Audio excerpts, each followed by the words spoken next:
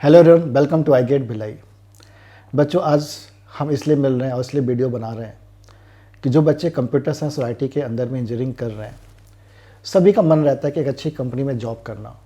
अब 20 लाख 24 लाख की जॉब्स हमें लाइफ में मिल जाए एक कम एज के अंदर में, और हम वहाँ पे कैसे पहुँच सकते हैं।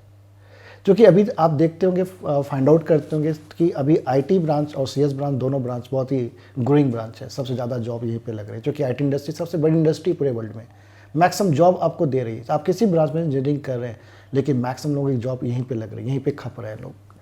तो बच्चों, हम अपने आप को कैसे फोकस कर सकते हैं, एक डिसेंट जॉब हम कॉलेज में रहते हुए फाइनल ईयर तक कैसे ले सकते हैं, या आप पास आउट हो चुके हैं तो कैसे जॉब्स, एक अच्छी जॉब्स आप पा सकते हैं। इसमें गेट का कितना बड़ा रोल है, गेट के जो नॉलेज है उसको हम कैसे यूज़ कर सकते हैं एक स्विच, जॉब को स्विच करने में, या उसके थ्रू जो नॉलेज आपको हो रहा है। देखिए, आईटी पहुंच गए तब तो कोई इशू ही नहीं, आईटी आप चले गए तो वहाँ तो बट ऑब्वियसली बहुत अच्छा प्लेसमेंट हो रहा है, शानदार प्लेसमेंट हो रहा है, उसका तो कोई कंपेरिजन ही नहीं है देखा जाए तो। लेकिन बाई चांस यदि आप नहीं पहुँच पा रहे हैं तो सेकेंड ऑप्शन क्या हो सकता है। तो इसलिए आज हमारे बीच में अनुरत है यहाँ पर, जो कि किड्स भुवनेश्वर से इन्होंने स्टडी की है, पढ़ाई की है, और 2019 के पास आउट है अनुरत, और भिलाई के रहने वाले हैं। ये लास्ट ईयर आई गेट को ज्वाइन किया था, उन्होंने गेट की प्रिपरेशन कर रहे थे, और आज इनकी जॉब बहुत ही बड़ी बड़ी कंपनीज़ के अंदर में, 3 कंपनीज़ के अंदर में इनके पास ऑफ़र है, और ये आपको अपने बारे में बताएंगे। और इनका पैकेज 24 लाख का है। तो गेट की तैयारी के साथ इनका एक मन था कि यार थोड़ा एज इंक्रीज़ हो रहा है मेरा, या क्या रीज़न था, इन्हीं से जानने की कोशिश करेंगे। और इन्होंने अपनी जॉब, जो कि डेलॉयट में जॉब करते थे, और इन्होंने जॉब स्विच के बारे में सोचा, और प्रिपरेशन के साथ में स्विच के लिए भी इन्होंने क्या किया, प्रिपरेशन किया, और एक अच्छी कंपनीज में इन्होंने जॉब लगा लिया। किस कंपनी में लगा लिया, क्या पैकेज है, क्या प्रोसेस है, गेट के अलावा हमें क्या पढ़ना चाहिए, क्या रिसोर्स फॉलो करना चाहिए, ये हम अनुरत से पूछेंगे और बातचीत करेंगे। तो एक डेप्थ नॉलेज आपको होगा कि आप अपनी लाइफ को कैसे आगे बढ़ा सकते हैं, और कैसे आप एक अच्छी कंपनी के अंदर में पहुँच सकते हैं। और देखते हैं, पूछते हैं, इनसे बातचीत करते हैं। Welcome Anurat. Hello hello sir. Anurat sir, आपने सीएस ब्रांच, आपने कब सोचा था कि हमको सीएस ब्रांच में इंजीनियरिंग करना है? सर ये तो स्कूल टाइम का थॉट था। मैं बचपन से ही बहुत कंप्यूटर की तरफ एकदम इंक्लाइंड था, मुझको बचपन से अच्छा लगता था। तो 8th-9th में वेब डेवलपमेंट शुरू किया, तो उसके बाद इवेंचुअल प्लान बनी गया कि कंप्यूटर साइंस लेके ही पढ़ना है, तो इसलिए। तो क्या आपने 12 में भी आपका कंप्यूटर साइंस था? हाँ सर, जी सर। तो आपकी स्कूलिंग कहाँ से हुई थी? मैं स्कूलिंग किया डीपीएस भिलाई से। डीपीएस साली से? हाँ, डीपीएस साली। तो फिर उसके बाद आपने आईटीज़ की तैयारी की होगी? हाँ सर, हाँ सर। तो आईटीज़ के बाद फिर आपने मतलब किड्स की तरफ गए, हाँ तो सर। वो सब कैसा रहा आपका मोमेंट? सर तो सीएस ब्रांच अब मिलना अपने आप में थोड़ा मुश्किल होता है, तो आईआईटी तो मेरा नहीं निकला था उस टाइम पे, लेकिन 1-2 कॉलेज ट्राई कर करके एक फाइनल जब सीएस मिला मुझको किट में, तो मैं वहाँ गया। और ओवरऑल तो अच्छा था एक्सपीरियंस, मुझको लगता है सीएस लेना अपने आप में बहुत अच्छा डिसीजन था। तो अभी तक तो जर्नी सही रहा मेरा। तो आप जब कॉलेज में गए, तो कॉलेज के टाइम में जब आपकी पढ़ाई स्टार्ट हुई, तो सीएस जो कि आपने थोड़ा बहुत पहले भी किया हुआ था, तो कॉलेज में टाइम में आपने कैसे, मतलब उस टाइम में क्या फोकस करते थे, मतलब क्या फोकस रहता था आप लोगों का? टोटली जॉब ओरिएंटेड स्टडी की तरफ था, कुछ स्किल डेवलपमेंट की तरफ था, कि हमें या कम्पिटिटिव एग्जाम की तरफ तैयारी करना था? क्योंकि 2-3 चीज़ें हो सकती है ना, कि आप कम्पिटिटिव एग्जाम जैसे गेट की तैयारी कर रहे हैं, या कैट की तैयारी कर रहे हैं, या जीआरई की तैयारी कर रहे हैं आप, या तो आप फिर कोडिंग कर रहे हैं सिर्फ आप, या कोई और एक्स्ट्रा स्किल आप डेवलप कर रहे हैं। तो आप लोग क्या करते थे जब किट के अंदर में पढ़ते थे, वहाँ पर कॉलेज में 4 साल जो पढ़ा आपने बी में, उस टाइम में क्या रहता था? सर तो ऐसा होता था कि पहले हम जब किट गए तो वहाँ पे एम्फेसिस जो था, सबसे ज़्यादा ध्यान जो लोग इस चीज़ पे देते हैं कि बेस नॉलेज, जो कंप्यूटर के लिए कुछ कुछ सब्जेक्ट जानना ज़रूरी है। तो पहले 2 साल तो उसी में निकल जाते थे, डीएस समझना, सी समझना। फिर आने वाले 2 साल, 3rd और 4th ईयर में एम्फेसिस रहता था प्लेसमेंट ओरिएंटेड। तो वहाँ पे लोग प्लेसमेंट कैसे क्रैक करना उस पर फोकस करते थे, और कुछ बच्चे थोड़े अलग हो जाते थे जिनको मन करता था और पढ़ने का आगे, तो वहाँ पे गेट, जीआरई, कैट, ये सब का स्कोप आ जाता था। तो ओवरऑल ऐसी था कि पहले 2 ईयर पढ़ाई, बेस नॉलेज इंक्रीज करना, और फिर बाद के 2 ईयर सिर्फ प्लेसमेंट और हायर स्टडीज़, ये सब पे ध्यान। तो आपका फोकस किधर था? मेरा फोकस तो सर प्लेसमेंट में था इनिशियली। मैं बहुत ज़्यादा ध्यान दिया नहीं था हायर स्टडीज़ में। थोड़ा लेट दिया था, 4th ईयर में मुझको ऐसा लगा कि अब मुझे पढ़ना चाहिए, बट तब तक मेरा जॉब लग चुका था। तो आपकी जॉब उस समय डेलॉयट में लगी थी? हाँ सर। ये कॉलेज में रहते हुए लग गई थी? हाँ सर। तो आपका प्लेस कहाँ पे था, मतलब जॉब का प्लेस? हैदराबाद में लगा था, और हम लोग का सर 4th ईयर में शुरू में आ गया था, तो 4th ईयर शुरू में लग गया था नौकरी, और 4th ईयर पूरा खाली पड़ा था, और ज्वाइनिंग तो ऑब्वियसली कॉलेज खत्म होने के बाद था। तो उस समय क्या पैकेज था आपका यहाँ पर? उस टाइम पे सर मुझको CTC 6.2 दिए थे, बट उसमें से ज्वाइनिंग बोनस था, तो सब कट वटा के मेरा जो बेस इन हैंड था वो 5 लाख था। 5 लाख के आसपास था। तो जैसे आपने जॉब तब ज्वाइन कर ली, आपने जॉब ज्वाइन की होगी 2019 में? हाँ सर। जब आप पास आउट हुए उसी टाइम में आपका आ गया होगा 2019-20। तो फिर आपने धीरे धीरे भी कैसे आपका मन बना कि आपकी गेट की तरफ चलो, गेट की तैयारी कर लेता, मतलब आपने आई गेट को फिर कैसे चूज़ किया? हाँ सर।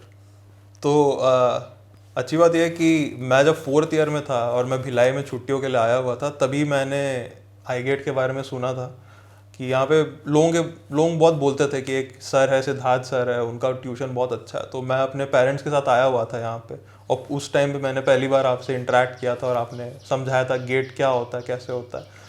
हालांकि उस टाइम पे ऐसा हुआ कि नौकरी का जस्ट ज्वाइनिंग डेट पास आ रहा था, तो मैं ज़्यादा टाइम नहीं निकाल पाया। फिर मैं जॉब करने गया, जॉब करते टाइम में मेरा 1-2 बार प्रमोशन हुआ। फिर फाइनली एक पॉइंट ऐसा है जब मैं अपने दोस्तों को देखा जो एमटेक करके निकले, उनका कॉलेज में पैकेज 3.5-4 लाख था, बट फिर वो एकदम बड़े बड़े जगह निकल गए, अच्छे कॉलेज क्रैक करके, प्लेसमेंट्स लेके बहुत अच्छे जगह निकल गए। तब मुझको ऐसा अंदर से फीलिंग आया कि अभी शायद लेट नहीं हुआ है, अभी भी मैं पढ़ सकता हूँ। तो मैं फिर से आई गेट आया, आपसे मिला, फिर ज्वाइन किया पिछले साल। तो यही। तो अभी जैसे आपने आई गेट ज्वाइन किया तो आपने तो गेट की प्रिपरेशन स्टार्ट कर दी हाँ थी। सर। तो ये जॉब स्विच के बारे में मन में कब आया आपके? तो सर ऐसा है कि मैं जब ज्वाइन किया आई गेट, मैं 24 साल का हो चुका था, और अभी इस साल मैं अभी कुछ दिन पहले ही 25 साल का हो गया हूँ। और मैं जब ज्वाइन किया था मैं 2023 के लिए किया, तो 2023 में अगर मेरा निकल भी जाता गेट तो मैं 26 साल का हो जाता। तो एक मन में चल ही रहा था कि मेरे पास वर्क एक्सपीरियंस है, मैं नौकरी कर रहा हूँ, ऑलरेडी सॉफ्टवेयर इंजीनियर हूँ, और एक मेरा एज बढ़ते जा रहा है, क्या ये मैं रिस्क लूँ? मुझको ऐसा लग रहा था कि एंड गोल जो है वो तो एक अच्छा पैकेज, अच्छा जॉब वही है। तो क्या मैं आई गेट से अभी तक जो सीखा, जो फंडामेंटल्स मेरे क्लियर हुए, क्या मैं उसको यूज़ करके और अच्छा जंप मार सकता हूँ? तो तब मैंने डिसाइड किया कि 1 महीना थोड़े टाइम के लिए अब सिर्फ जॉब पे फोकस करेंगे, कैसे जॉब स्विच कर सकते हैं, और तभी मैंने तो कौन कौन से सब्जेक्ट आपने आई गेट से उस समय तक कवर कर लिए थे? उस टाइम पे मैंने कंप्यूटर नेटवर्क, सी, डेटा स्ट्रक्चर्स और ओएस, ये 4 एकदम पूरा कंप्लीट कर लिया था। रिकॉर्डेड लेक्चर्स, ये बहुत अच्छा फीचर था कि मेरे पास, क्योंकि मैं जॉब कर रहा था, कुछ टाइमिंग मेरे लिए सूटेबल नहीं थे, तो क्योंकि सर के वीडियोस थे अवेलेबल, तो मैं इसलिए वीडियोस देख के कंप्लीट कर ले रहा था। और अच्छा था, बहुत अच्छा एम्बियंस था। जो बच्चे मेरे साथ और जो थे साथ में, वो भी बहुत शार्प थे, उनको देख के मुझको भी मोटिवेशन मिलता था कि हाँ मुझको और सीखना है, उनको देख के ऐसा लगता था कि और करना है। तो बस वैसे ही चलता रहा। तो थोड़ा सा हम जॉब की तरफ डिस्कस करते हैं कि जब आप, जैसे होता है ना, मान लीजिए कोई ऐसा बच्चा है कि जॉब की तरफ सोच रहा है वो, तो उसको कैसे, मतलब स्टार्ट कैसे करे, वो बहुत बड़ा क्वेश्चन रहता है।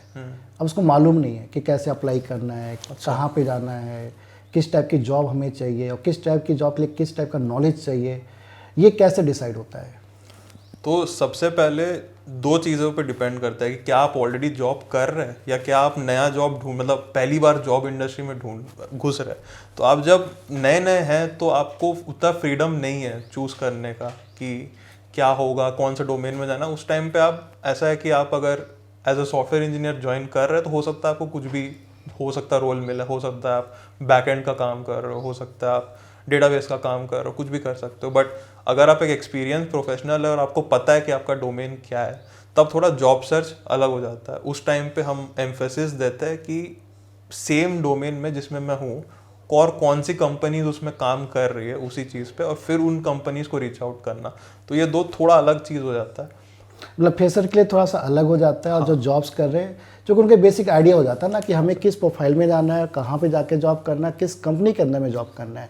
और जो बच्चा ऐसे फ्रेशर रहता है तो उसको ये रहता है भाई बस हमें एक जॉब लगानी है। हाँ सर। जॉब के अंदर में क्या होने वाला है इन फ्यूचर उसको पता नहीं रहता है, बस ये रहता है कि हमारी जॉब एक लग जाए, चाहे वो TCS हो, कैपजेमिनी हो, जो भी XYZ या माइक्रोसॉफ्ट ही क्यों ना हो। ठीक है, तो वहाँ पर जाके देखेंगे, वहाँ पर जो ट्रेनिंग मिलेगी उसके अकॉर्डिंग हम आगे बढ़ेंगे। फिर अच्छा लगा तो कंटिन्यू करेंगे, नहीं अच्छा लगा तो स्विच करने के बारे में सोचेंगे। लेकिन जो ऑलरेडी जॉब कर रहा है तो ऑलरेडी एक्सपीरियंस है, उसको चीज़ें पता रहता है, एनवायरनमेंट पता रहता है कि आगे कहाँ पे स्विच करना है या हमारे लिए कौन कौन सी कंपनी ज़्यादा सूटेबल है, ये चीज़ को बिल्कुल क्लियर पता रहता है। तो जैसे अभी आपकी किस किस कंपनी में जॉब्स अभी आपके पास ऑफर हैं, प्रेजेंट हैं?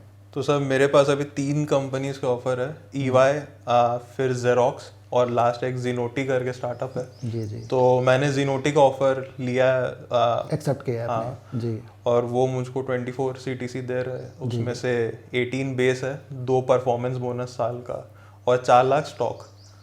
तो मैंने जो डिसीजन लिया मेनली इसीलिए लिया क्योंकि तो ये जो आपका जॉब है इसके प्रोफाइल के बारे में थोड़ा डिस्कस करेंगे।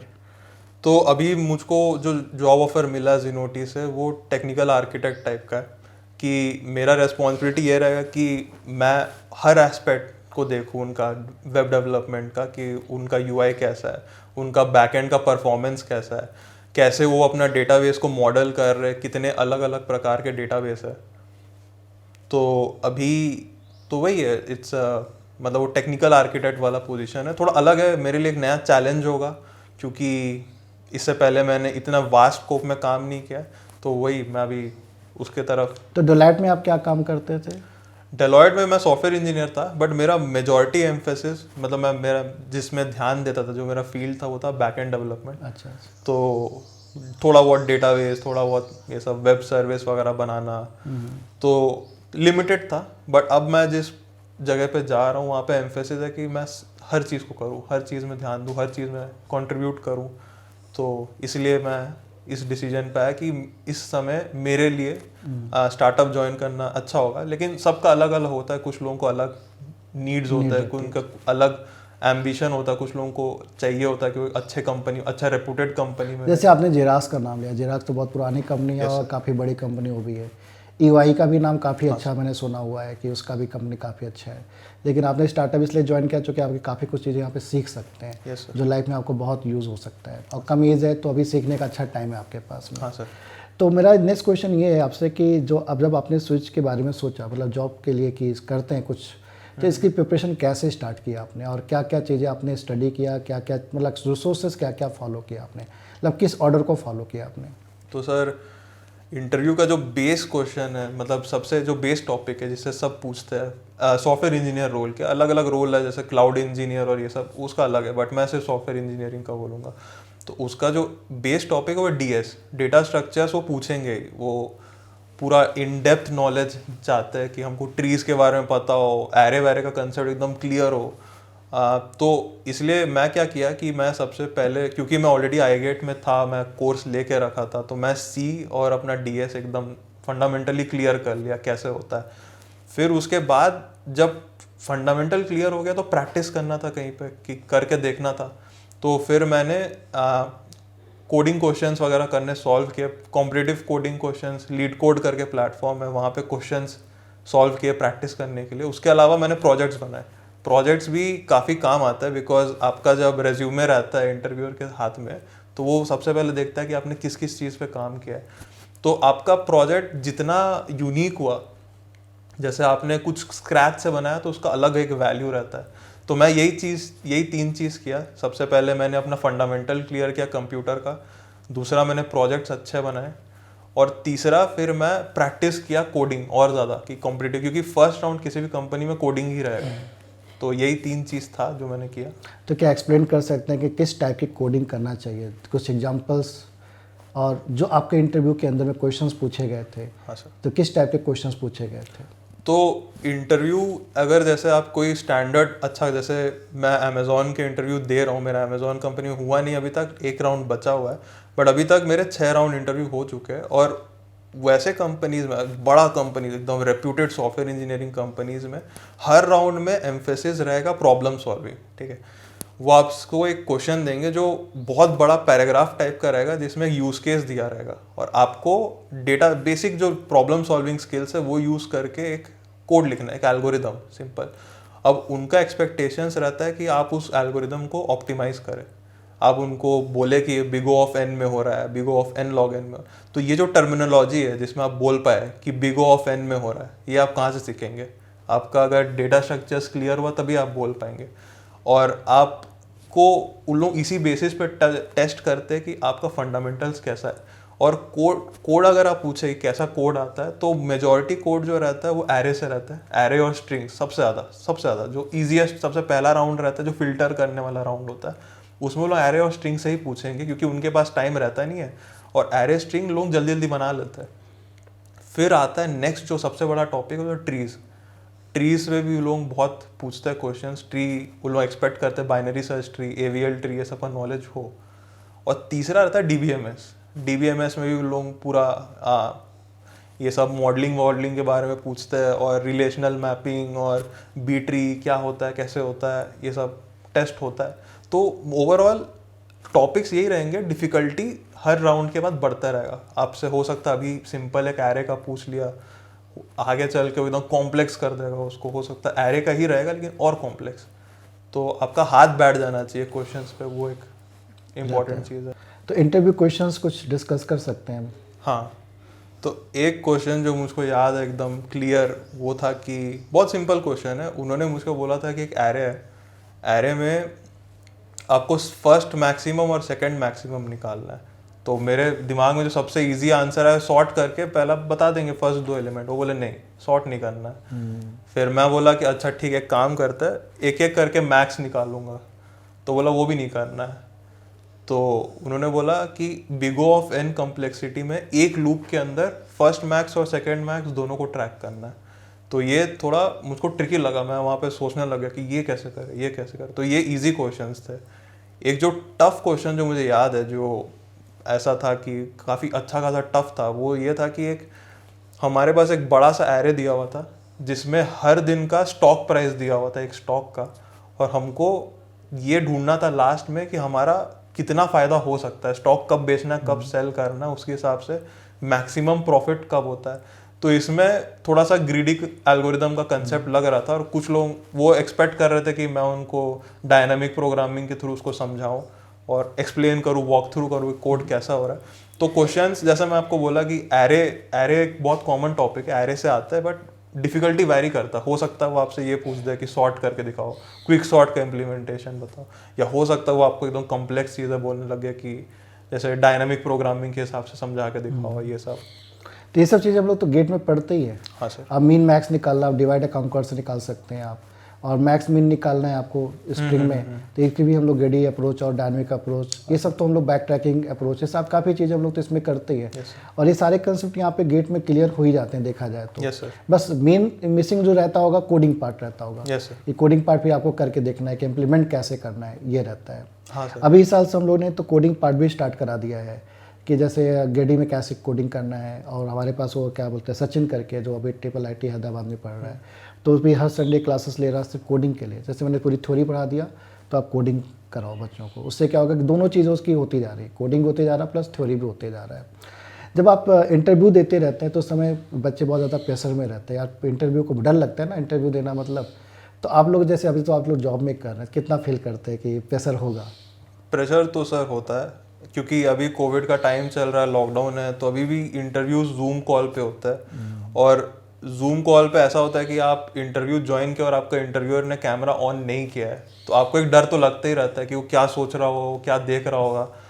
तो वो एक प्रेशर हमेशा मन में रहता है। और वो जब एक टाइमर रहता है जिसको चलता रहता है ऊपर, कितने मिनट्स हो गए मीटिंग को, और आपको पता रहता है मीटिंग खत्म हो जाएगा थोड़ी देर में, और उसमें क्वेश्चन भी सॉल्व करना, तो प्रेशर तो बहुत रहता है। बट अगर आप ऐसे 3-4 इंटरव्यूज देते रहेंगे साथ में, तो धीरे धीरे प्रेशर मैनेज हो जाता है। कुछ ऐसी फनी चीज़ें होती है क्या इंटरव्यू के अंदर में, मतलब जो आपके इंटरव्यूअर्स है कुछ फनी बातें कुछ पूछते हो आपसे, ऐसा कुछ? हाँ, इंटरव्यूअर्स शुरू में उनका यही रहता है कि लोग, क्योंकि मैंने वैसा देखा है, बच्चे लोग बताते हैं कुछ इंटरव्यूअर्स बहुत ही कूल रहते हैं, ठीक है, पहले एकदम दोस्ती यारी कर लेंगे, फिर आपसे क्वेश्चंस का पूछना स्टार्ट करेंगे, धीरे धीरे डिफ़िकल्टी लेवल बढ़ाते जाएंगे। तो आपको लगेगा स्टार्टिंग में तो बहुत कूल बंदा था, तो अच्छा पूछ रहा था, लेकिन अभी तो इससे एकदम हाई पे चला गया ये। हाँ सर, वो शुरू में जब वो हमको देखते हैं कि हम नर्वस है, हम थोड़े प्रेशर में आ रहे हैं, तो वो क्या करता है, वो ऐसे नॉर्मल मस्ती मजाक की बातें करते हैं। वो पूछते हैं कि आप फ्री टाइम में क्या करते हो, आप कुछ रिडल टाइप के क्वेश्चंस पूछते हैं, पजल टाइप का, कि जैसे चुटकुला टाइप का, कुछ छोटा मोटा ऐसा ये सब होता है। और जब वो देखते हैं कि हम कंफर्टेबल हो गए, तब वो सीरियस में जाता है। तो एक जो मुझको अक्सर वो पूछता है, जो उसको लोग मस्ती मजाक के टर्म्स में लेते हैं, कि अगर आपको ये नौकरी हम दे दिए और आपको अगर इतना पैसा मिल गया तो आप उस पैसे का क्या करोगे। तो ये उन लोग कंफर्टेबल करने के लिए बोलते हैं, वैसा फील कराते कि आपका ऑलरेडी हो चुका है। तो आपको जब अच्छा लगने लग जाता है फिर वो शुरू करते हैं इंटरव्यू। तो मुझको तो ऑलमोस्ट 3 कंपनी में यही चीज़ पूछे थे कि क्या करोगे अगर आपको मिल जाता है ऑफर। तो मैंने हर एक में अलग अलग आंसर दिया, हर बार थोड़ा मॉडिफाई करके बताया। बट हाँ, ये तो होता रहता है, बहुत अच्छा भी रहता है, कुछ कुछ अच्छे मेमोरीज भी होते हैं इंटरव्यू के। नहीं, ये तो सक्सेस का पार्ट है, इससे स्ट्रगल का पार्ट है ये। हाँ सर। और आप जैसे जैसे चीज़ों को क्रॉस करते जाते हैं ना, वैसे ज़्यादा आप शार्प होते जाते हैं, उतनी ज़्यादा चमक आप में आने लगती है, फिर आपको डर नहीं लगता चीज़ों से, लगता है ठीक है इंटरव्यू देना, चलो दे देते हैं, अभी दे देते हैं, कोई दिक्कत नहीं है। तो लेकिन इसमें आपको कितनी प्रिपरेशन करनी पड़ी, कितने मंथ प्रिपरेशन करनी पड़ी इन सब चीज़ों के लिए?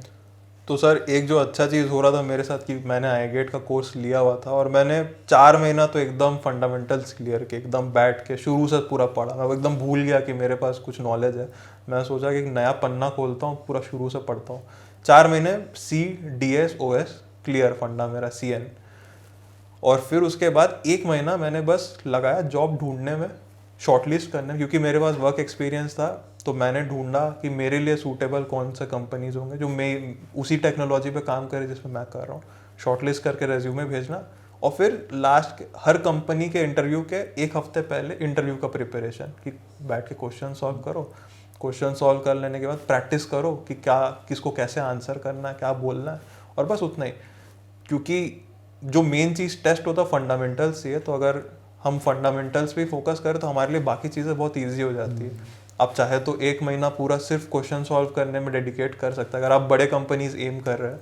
तो जैसे आपने यहाँ पर आईगेट का जो सी और डेटा स्ट्रक्चर का कोर्स देखा, तो आपको अपने कॉलेज के टाइम में और यहाँ के पढ़ने के टाइम में कितना डिफरेंस दिखा चीज़ों में? मतलब कितना बेनिफिट हुआ आपको? काफ़ी मतलब क्या लगा कि यहाँ पे एकदम कुछ ज़्यादा कुछ अच्छा है या और कुछ इम्प्रूव करना चाहिए? यहाँ पे तो मुझको एक जो सबसे अच्छा डिफरेंस दिखा कि यहाँ पे इंसाइट बहुत मिलता है, हम लोग को डिटेल में जाके डेप्थ में जाके समझाते हैं। जैसे सी वाला सबसे पहला जो मैं लेक्चर अटेंड किया था सी का था, और सी वाले लेक्चर में आपने सर समझाया था कि एरे में पॉइंटर कैसे होता है, कैसे एड्रेस होता है, फिर कैसे हम 2 डायमेंशनल एरे में कैसे हम कैलकुलेट कर सकते हैं किसी भी सेल का एड्रेस, और ये सब पॉइंटर का कंसेप्ट क्लियर हो गया, एकदम फंडामेंटली स्ट्रांग हो गए। तो एक अंदर से भी कॉन्फिडेंस आया कि अब पता है। तो ये कॉलेज में थोड़ा मुश्किल होता है। कॉलेज में क्या होता है कि 6 महीने का एक सेमेस्टर रहेगा, उस सेमेस्टर में आपको असाइनमेंट भी कंप्लीट करना है, लैब भी करना है, तो एक रश रहता है, आप उतने ध्यान से फोकस नहीं कर पाते। तो यहाँ पे ये अलग स्कीम है, गेट का प्रिपरेशन पूरा साल भर का है, तो अच्छे से इन डेप्थ करके समझाते हैं आप, तो काफ़ी क्लैरिटी भी मिलता है। अच्छा, एक चीज़ मैंने ये भी सुना हुआ है कि जैसे आप किड से पढ़े, कोई अलग अलग कॉलेज से बंदे पढ़े रहते हैं, ऐसा सुनने में आता है कि जब आप छोटे कॉलेज से पढ़े तो आपका हर कंपनी में रिज्यूम एक्सेप्ट हो ज़रूरी नहीं है। ठीक है, मतलब 40 जगह आपने अप्लाई किया तो हो सकता है आपको 12 जगह पे मिले। लेकिन आप IIT से पढ़े या IIIT से पढ़े तो आपके लिए ज़्यादा अपॉर्चुनिटीज़ हैं, सारी कंपनी में आपके रिज्यूम एक्सेप्ट हो सकते हैं। तो ये कितनी सच्चाई इसके अंदर में? थोड़ी बहुत सच्चाई तो है सर, क्योंकि ऐसा है कि 2 तरीके, या तो आप किसी रेपुटेड कॉलेज से पढ़े हो, क्योंकि वो आपका एक टेस्टिमनी रहता है कि हाँ आपने एक बहुत टफ एग्जाम क्रैक करके आप उस मुकाम तक पहुंचे, मतलब आप में कुछ तो है पोटेंशियल। लेकिन दूसरा अप्रोच ये है कि आप जैसे नॉर्मल प्राइवेट कॉलेज से पढ़े हो तो आप अपना वर्क एक्सपीरियंस बिल्ड कर सकते हैं। वर्क एक्सपीरियंस के हिसाब से भी आपको रेलेवेंस मिलता है। बट हाँ, अगर आपके पास बहुत अच्छा डिग्री है, अगर आप दिखा सकते हैं कि आपने गेट किया है या आपने IIT से MTech किया, तो वो एक बहुत बड़ा वैल्यू एडिशन होता है। बड़े बड़े कंपनीज यूजुअली BTech से ज़्यादा प्रीफर करते हैं PhD या फिर मास्टर्स कैंडिडेट। तो अगर आप ऐसे Amazon, Microsoft टाइप के कंपनीज एम कर रहे हैं तो आपके लिए MTech होना एक बहुत बड़ा एड ऑन हो जाता है। तो अगर आपके पास टाइम है, आप अगर सेकेंड ईयर में हैं, आपके पास बहुत टाइम और आपको ऐसा लग रहा है कि हाँ मुझको कुछ सोचना चाहिए करियर का, तो एकदम परफेक्ट टाइम है अभी। आप अगर अभी से गेट का तैयारी कर लिए तो आपको फ्यूचर में तो बहुत बेनिफिट देगा वो। मतलब आपको जॉब सर्चिंग के टाइम में, इंटरव्यू वगैरह में काफ़ी हेल्प करेगा ये। हाँ ज़रूर। तो मेरा क्वेश्चन और है कि जब जैसे ही मतलब एक होता है ना, बच्चे के दिमाग में कन्फ्यूजन होता है कि सर रिज्यूम भेजना कहाँ है, किसके पास भेजना है, ये कैसे डिसाइड करते हैं आप? ठीक है, तो आजकल तो सोशल मीडिया टाइप का आ गया, तो लिंक्डइन करके एक बहुत फेमस ऐप है जिसमें लोग अक्सर अलग अलग कंपनी के एचआर मैनेजर्स मिल जाता है। तो आपको कोई कंपनी अगर पसंद आ गया, आपको ऐसा लगा कि मुझको इस कंपनी में जाना है, तो सबसे पहले आप ये ढूंढेंगे कि उस कंपनी का एचआर लोगों का लिस्ट ढूंढेंगे। आपको जब एचआर लोगों का लिस्ट मिल जाता है, प्रोजेक्ट मैनेजर लोगों का लिस्ट मिल जाता है, आप उनको मैसेज करके उनसे पूछिए कि क्या आपके वहाँ कुछ ओपनिंग्स है, और फिर आपका रिज्यूमे भेज दीजिए। ठीक है, फिर आपको उनके एंड से रिस्पॉन्स आता है कि हाँ ओपनिंग है, हम आपको इंटरव्यू लेंगे, ये सब। तो ऐसे ही करते करते आप जितना लोगों को रीच आउट करेंगे, जितना अपना नेटवर्क फैलाएंगे, उतना आपका फ़ायदा होगा। अब कॉलेज में क्या होता है कि प्लेसमेंट का कंसेप्ट होता है, कंपनी बाहर से आती है, अपन को अप्लाई करना नहीं पड़ता है, कॉलेज सब करा देता है, तो अपन को पता नहीं चलता है। बट आप जैसे ही बाहर कदम रखते हैं कॉलेज से, तो एक अलग दुनिया है पूरा। आपको लोगों के पास जाना पड़ता है, आपको पूछना पड़ता है कि क्या आपके यहाँ पे जॉब्स है कि नहीं है। तो है, ये सबके लिए, ये आप एमटेक करे ना करे, आपको जॉब्स ढूंढने के लिए तो करना ही पड़ेगा। हाँ, लोगों से मिलना तो पड़ेगा। हाँ हाँ, लेकिन बस इसमें एक डिफ़िकल्टी मुझे जो लग रही है, जैसे आपने बोला कि आप लिंक्डइन में लोगों को सर्च करिए और मैसेज करिए, कि मान लो मैं एक एचआर हूँ, अब मेरे पास दिन भर में 1000 के आसपास आ रहा है, मैसेज आ रहा है, तो मैं तो सबको देख नहीं सकता हूँ ना। अब मेरे पास मुझे हायर करना है, तो सबसे पहला मेरा प्रेफरेंस क्या होगा? सबसे पहला प्रेफरेंस तो ये होगा, भाई पहले देखो किस कॉलेज से बंदा पढ़ा है। ठीक, मैं क्या देखूंगा? आईआईटी एनआईटी देखूंगा, या मैं किट्स देखूंगा, बीआईटी बेलोर देखूंगा, या मैं एसआरएम को देखूंगा, ऐसा भी हो सकता है। हाँ। ठीक, उसके बाद में देखूंगा बाकी कॉलेज का क्या है, क्योंकि प्रायोरिटी तो सेट करनी पड़ती ना कहीं। हाँ। और नाम से तो हम तो जान नहीं सकते हैं कि ये बंदा सही है सही, तो कैसे वो लोग चूज करते होंगे? ये तो आप सही बोले सर। 2 फैक्टर रहता है, एक होता है कॉलेज, किस कॉलेज से पढ़े हुए, और दूसरा रहता है एक्स कंपनी नेम। तो अगर आप फ्रेशर है तो आपके पास कोई पुराना कंपनी तो नहीं होगा, लेकिन अगर जैसे आप फ्रेशर होकर अच्छे कॉलेज से पढ़े, तो आपका कॉलेज नेम आपका आइडेंटिटी बन जाता है कि आप किस कॉलेज से। और अगर आप ऐसा कि आपके पास वर्क एक्सपीरियंस और किसी बड़े कंपनी में काम कर चुके हैं, तो वो आपका आइडेंटिटी बन जाता है। ये सही है। कि हाँ, कि हमको क्या चाहिए, किस टाइप का बंदा चाहिए, कि हमारा जो फील्ड है उस टाइप का बंदा ने मुझे मैसेज किया तो मैं उसको पिकअप करूँ, उसको उठाऊँ कि चलो आजा भाई मेरे पास। हाँ, ये भी एक रहता है कि यदि आपको एक्सपीरियंस है, जो हमारा डोमेन है, उस डोमेन में आपने काम किया और वो बंदा मुझे मैसेज किया हुआ है, इंटरेस्टेड है, तो उसको हम कॉल कर सकते हैं। ये भी एक ऑप्शन है। तो जैसा आपने देख लिया होगा, इन्होंने काफ़ी अच्छी चीज़ें बताई आपको कि कैसे आप अपना रिज्यूम भेज सकते हैं, कैसे मैसेज भेज सकते हैं। लेकिन बिग अपॉर्चुनिटीज़ भी साथ में देखते रहिए। बिग अपॉर्चुनिटी का बोलने का मतलब है कि आप 3 टायर कॉलेज से पढ़ रहे हैं, तो आप कॉम्पिटिटिव एग्ज़ाम देकर आप अपने आप को अलग कर सकते हैं भीड़ से। आप ट्रिपल IITs, टॉप NITs में जाके एमटेक कर सकते हैं, उससे बहुत बेनिफिट मिलता है। फिलहाल किसी कारण से चूक हो रही है तो ये जो नॉलेज है, गेट का जो नॉलेज है, तो भी इसमें आपको बहुत ही हेल्प करेगा, खासकर इंटरव्यू के अंदर में। जैसे सी हो गया, डेटा स्ट्रक्चर हो गया, ऑपरेटिंग सिस्टम हो गया, DBMS हो गया, ये हर जगह आपको काम आएंगे। किसी भी कंपनी में आप स्विच करिए। इवन मैं आपको ये बता दूँ, जो बच्चे IIT से एमटेक किए हैं, ठीक है, और जो जॉब कर रहे हैं, मैं कभी कभी उनसे क्वेश्चन पूछता है, यार तुम लोग स्विच क्यों नहीं कर रहे हो? तो उनके मन से एक ही क्वेश्चन है, उन्होंने आंसर देते हैं मुझे, सर अभी मुझे स्विच करना पड़ेगा ना, फिर से मुझे CDS एल्गोरिथम पढ़ना पड़ेगा, सर हिम्मत नहीं हो पा रही है। सही बात है ये। मतलब मैं अपने स्टूडेंट को पूछता हूँ जो भी एक ही कंपनी में है, मैं बोलता यार तुमसे, यार वो बच्चा तो किस दूसरे कॉलेज का स्विच करके इतना क्या जॉब पा गया? बोले सर हिम्मत नहीं हो रही है, जो कि मुझे फिर से वो चीज़ पढ़नी पड़ेगी। तो इसका मतलब ये भी है कि ये सब चीज़ें आपको हमेशा इसमें आपको टच में रहना ही पड़ेगा। जैसे अभी आपको इतनी जॉब लगी, तो आपको इसमें अभी टच में ही रहना पड़ेगा, क्योंकि आपको आगे और स्विच करना है। तो अपनी चूँकि जहाँ भी जाएंगे ये सब चीज़ें यहाँ पे पूछी जाएंगी। तो आप लास्ट में इनको क्या एडवाइस, जब आपके जूनियर्स आपको जो देख रहे हैं, जो आपके कॉलेज के जूनियर्स होंगे, ग्रेड्स के होंगे, या आपके भिलाई के जो होंगे, या पूरे इंडिया में जो आपके जूनियर्स हैं इस समय आपको देख रहे होंगे, तो आप उनको लास्ट में क्या बोलना चाहेंगे, क्या गाइडेंस देना चाहेंगे जॉब को लेकर और प्रिपरेशन को भी लेकर?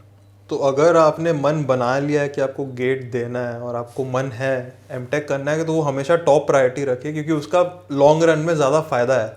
लेकिन कल को ऐसा हुआ कि आपका नहीं निकला, ऐसा ना हो, बट अगर ऐसा हुआ आपका गेट नहीं निकला, तो ऐसा आप निराश ना होइए, क्योंकि सक्सेसफुल होने के और भी तरीके हैं। उस टाइम पे आप सेकंड प्रायोरिटी बनाइए जॉब को। और जॉब सर्च के लिए आप सबसे पहले ये समझिए कि मार्केट में रिक्वायरमेंट क्या है, कि अगर आपको जैसे डेटा साइंस चल रहा है, या फिर इस पे क्लाउड इंजीनियरिंग में फोकस हो रहा है, तो आप उस पर फोकस करिए और आगे निकल जाइए। तो अनुराग, मेरा नेक्स्ट जो क्वेश्चन है आपसे, कि बहुत सारे बच्चे कंफ्यूज रहते हैं, क्योंकि अभी मशीन लर्निंग, AI ये सब चीज़ें बहुत चल रहा है, ठीक है, तो क्या लैंग्वेजेस बहुत सारी है, C है, C++ भी है, जावा भी है, .NET भी है, तो बच्चा पूरा कंफ्यूज रहता है कि करें क्या एक्चुअली में। आपने क्या किया था? मैं तो .NET डेवलपर हूँ, मैंने C# पे पूरा काम किया हुआ है।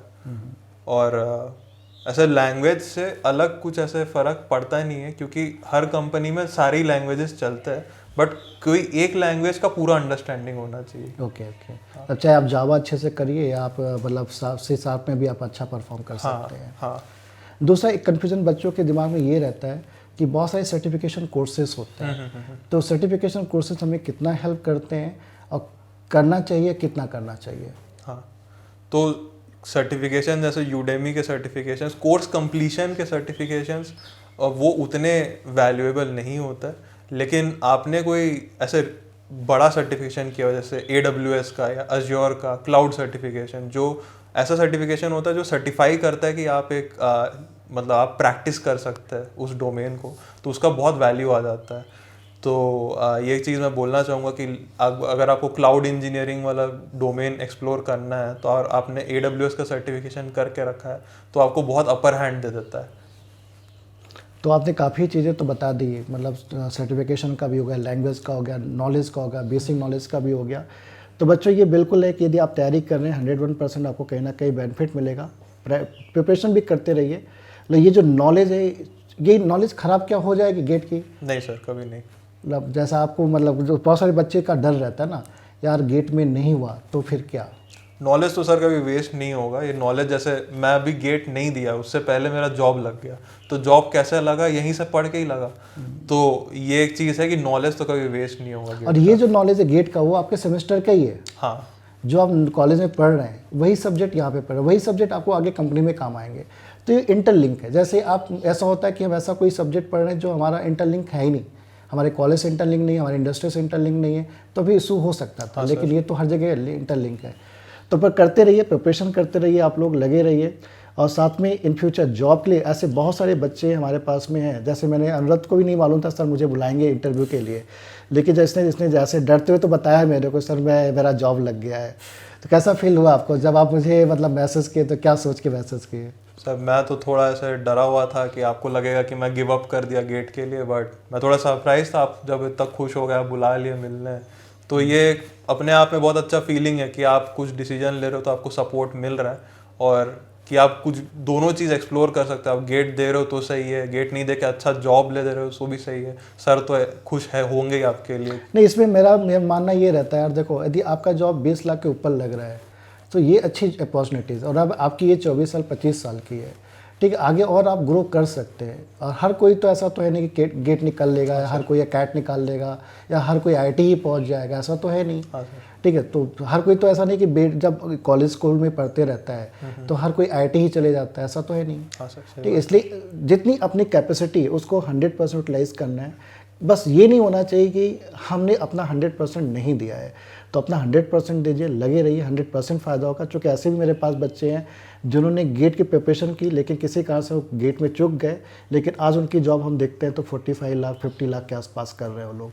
बस वो कंटिन्यूस लगे रहे। यहाँ पे उन्होंने जो मेहनत करना सीखा, ठीक है, कि सर इतनी मेहनत कर रहे हैं तो हमें भी इतनी मेहनत करनी, से ज़्यादा मेहनत करनी है, और कंटिन्यू मेहनत करते गए वो लोग। जो उनके अंदर में वीक पॉइंट थे उसको इम्प्रूव करते गए, आगे बढ़ते गए, और आज वो अच्छी जॉब कर रहे हैं, और आज भी हमसे कनेक्टेड हैं। वो आज भी हमको मैसेज करते हैं, व्हाट्सअप करते हैं। वो चीज़ देखकर हमें अच्छा लगता है कि एक ट्रू गाइडेंस हमको दे पा रहे हैं, प्रोवाइड कर पा रहे हैं। और बच्चा, चूँकि देखो यार, सबसे बड़ा होता है कि आपका कि कॉन्फिडेंस लूज़ नहीं होना चाहिए लाइफ में कभी भी। जो कॉन्फिडेंस लूज़ हो गया तो हम लाइफ में कुछ कर ही नहीं पाएंगे। ठीक है, तो कभी भी नर्वस नहीं होना चाहिए चीज़ों को लेकर, बस कंटिन्यू करते रहना और कॉन्फिडेंस हमेशा रखना। ठीक है, एक चीज़ चूक गई है तो दूसरी चीज़ है हमारे हाथ में, हम कर ही लेंगे। और जब आप पॉजिटिव चीज़ें सोचते हैं तो 100% आप बहुत अच्छा परफॉर्म करते हैं। और जब अच्छा परफॉर्म करते हैं तो दुनिया का साथ तो मिलता ही मिलता है, 100% मिलता है। फैमिली का साथ तो हमेशा ही रहता है। बाकी लोग भी आपके बारे में तारीफ़ करते हैं, अच्छा बोलते हैं। तो लगे रहिए, करते रहिए, बढ़ते रहिए। और कभी भी आपको किसी भी टाइप का गाइडेंस चाहिए, हमसे चाहिए या अनुरत से चाहिए, इनका भी कॉन्टैक्ट नंबर अगर आपको चाहिए तो हम शेयर कर देंगे आपसे, इनसे आप गाइडेंस भी ले सकते हैं इन फ्यूचर। क्योंकि इनको भी अच्छा लगेगा यार कि हमारी वजह से कोई 1-2 बंदा या 2-4 बंदे अच्छी जगह पहुंच जा रहे हैं, तो इसमें कोई बुराई नहीं है। ठीक है, तो हम लोग बैठे इसीलिए कि ज़्यादा से ज़्यादा लोगों को, वीडियो बनाने का भी रीज़न यही था कि ज़्यादा से ज़्यादा लोगों को क्या हो, बेनिफिट हो, हम ज़्यादा से ज़्यादा लोगों को गाइडेंस दे सके और सही जगह पर लोग विद इन टाइम पीरियड पहुँच सके। तो लगे रहिए। All the best, bye bye.